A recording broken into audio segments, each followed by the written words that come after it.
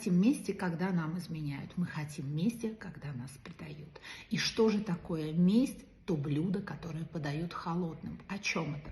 А это именно о том, что месть происходит тогда, когда вы больше к этому человеку ни мысленно, ни чувственно не возвращаетесь, когда вы живете свое хорошо.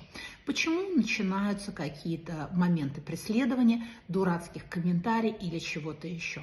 Значит, вы впереди. Не забывайте ту самую пословицу, что если вам плюют в спину, значит, вы впереди. Очень часто те, кто предали, изменили, оставили, разорвали отношения, не поставив вас в известность, хотят сделать вас виноватым. И даже через много лет они могут эмоционально к этому возвращаться какими-то комментариями. Но месть, она не та, что преследовать и делать как-то больно. Больно человеку тогда, когда вам хорошо.